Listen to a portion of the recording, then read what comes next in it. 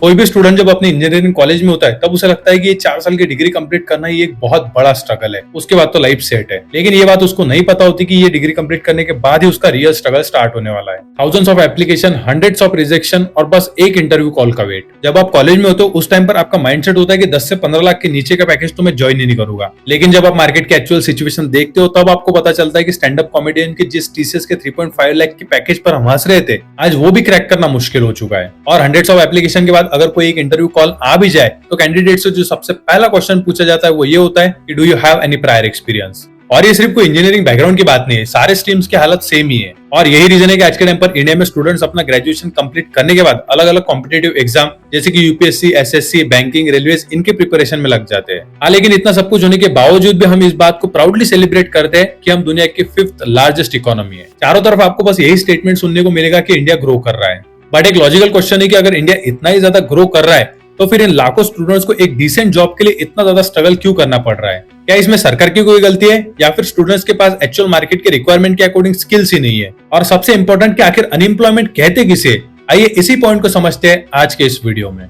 सबसे पहले एक बात मैं आपको क्लियर कर देना चाहता हूँ कि हमेशा गवर्नमेंट की ही गलती नहीं होती, फिर वो गवर्नमेंट चाहे 2014 के बाद की हो या फिर 2014 से पहले की। क्योंकि आज के टाइम पर हमारे देश में ऐसे भी ग्रेजुएट्स है जिन्हें ग्रेजुएशन तक का स्पेलिंग नहीं पता। ऐसे भी स्टूडेंट्स है जो कि नीट के लिए प्रोटेस्ट तो कर रहे हैं लेकिन इन्हें नीट का फुल फॉर्म नहीं पता। और ये लोग फिर गवर्नमेंट को क्वेश्चन करते हैं कि गवर्नमेंट इन्हें जॉब नहीं दे रही। खैर, क्वेश्चन करना वो तो सबका फंडामेंटल राइट है, लेकिन इससे हमें एक बात तो क्लियर हो जाती है कि हमें एजुकेटेड और अनएजुकेटेड में फर्क आइडेंटिफाई करना आना चाहिए। अगर आज के टाइम पर आप किसी से पूछते हो कि आखिर अनएम्प्लॉयमेंट कहते किसे है, तो वो आपको सिंपली यही बोलेगा कि अगर किसी व्यक्ति के पास जॉब नहीं है तो वो अनएम्प्लॉयड है। अब ये बात सुनने में भी लॉजिकल लगती है, लेकिन इकोनॉमिक्स के टर्म में अनएम्प्लॉयमेंट को थोड़ा सा डिफरेंटली डिफाइन किया जाता है। इसके अकॉर्डिंग अगर किसी व्यक्ति के एज 15 to 59 के बीच में वो काम करना चाहता है और वो एक्टिवली जॉब ढूंढ भी रहा है, लेकिन इतने एफर्ट्स के बावजूद भी अगर उसे कोई जॉब नहीं मिल रही तो हम उसे अनएम्प्लॉयड कहेंगे।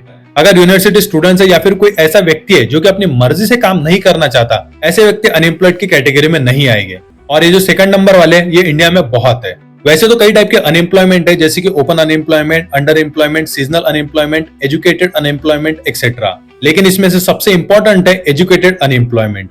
इसका सिंपल मतलब ये होता है कि आपने एजुकेशन में कई साल इन्वेस्ट किए, आपके पास डिग्री है, आपने एग्जाम भी क्रैक किया है, लेकिन इतना सब कुछ होने के बावजूद भी आपको जॉब नहीं मिल रही। अब अगर पर्टिकुलरली किसी एक व्यक्ति को जॉब नहीं लगती तो हम समझ सकते हैं कि ये उस व्यक्ति का इंडिविजुअल प्रॉब्लम है। लेकिन जब किसी यूनिवर्सिटी के पूरे बैच ही अनएम्प्लॉयड रहे तो डेफिनेटली ये उस यूनिवर्सिटी के एजुकेशन सिस्टम की प्रॉब्लम है। ये स्टूडेंट्स को एक्चुअल में स्किल्स बेस्ड एजुकेशन ही प्रोवाइड नहीं कर पाए जिसकी मार्केट में रिक्वायरमेंट थी। अब अगर हम इंडिया के एक्चुअल अनएम्प्लॉयमेंट सिचुएशन को समझना है तो हमें कुछ साल पीछे जाना होगा। ईयर 1947 में जब इंडिया को फाइनली इंडिपेंडेंस मिला तब उस टाइम पर अनएम्प्लॉयमेंट ये मेन इशू नहीं था, उस टाइम पर मेन इशू था पॉवर्टी। उस टाइम पर इंडिया के मोर देन 70% पॉपुलेशन डायरेक्टली और इनडायरेक्टली एग्रीकल्चर पर डिपेंड थी। बट प्रॉब्लम ये था कि एग्रीकल्चर सेक्टर एक लो इनकम जनरेटिंग सेक्टर था। इसी के साथ साथ इंडिया की पॉपुलेशन भी गवर्नमेंट के लिए एक बहुत बड़ा प्रॉब्लम थी। ईयर 1981 आते आते इंडिया की टोटल पॉपुलेशन लगभग 683 मिलियन को क्रॉस कर चुकी थी। हर साल न्यू ग्रेजुएट्स लेबर मार्केट में एंटर कर रहे थे, जिसके चलते इतनी बड़ी पॉपुलेशन के लिए जॉब्स क्रिएट करना ये गवर्नमेंट के लिए चैलेंज बनता जा रहा था। लेकिन फिर ईयर 1991 जब डॉक्टर मनमोहन सिंह जी की तरफ से लिबरलाइजेशन, प्राइवेटाइजेशन और ग्लोबलाइजेशन को बजट में इंट्रोड्यूस किया गया। अब इससे हुआ है कि foreign companies, foreign investment, private businesses, इन सब की इंडिया में एंट्री हो गई।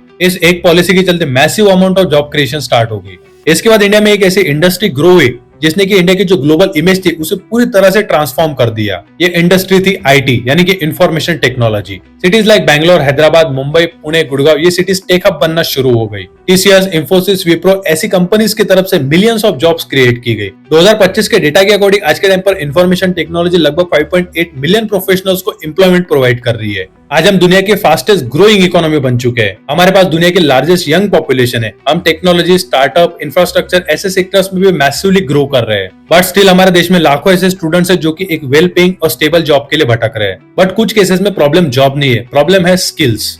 एक साइड स्टूडेंट्स कह रहे हैं कि जॉब्स नहीं है, वहीं पर दूसरी साइड कंपनीज कह रहे हैं कि स्किल्ड एम्प्लॉयज नहीं है। आप कभी किसी एचआर से बात करके देखना, वो आपको हमेशा यही बोलेंगे कि ऐसे एम्प्लॉयज ही नहीं मिले जिनके पास प्रॉपर स्किल्स हो। लेकिन रियलिटी तो यही है कि अगर स्किल्स नहीं है तो जॉब नहीं मिलेगी, और अगर आपके पास स्किल्स नहीं है तो एक टाइम के बाद आप गवर्नमेंट को भी जॉब्स के लिए क्रिटिसाइज नहीं कर सकते।